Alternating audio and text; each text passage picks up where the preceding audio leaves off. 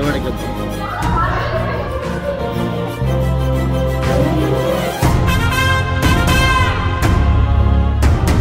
அதோட எனக்கு கல்யாணம் பண்ணி ரொம்ப நன்றி.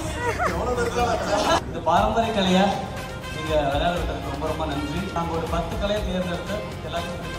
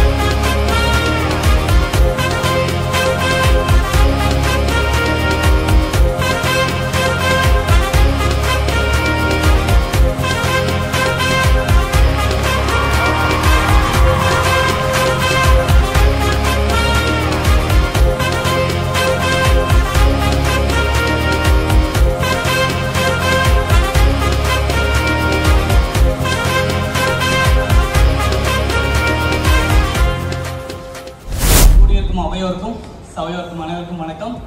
கார்த்திக் சார், மாரி செல்வராஜ் சார், உங்களுக்கு ரொம்ப நன்றி எனக்கு வாய்ப்பு கொடுத்ததுக்கு. அதோட எனக்கு கல்யாணம் பண்ணி வச்சதுக்கு ரொம்ப நன்றி.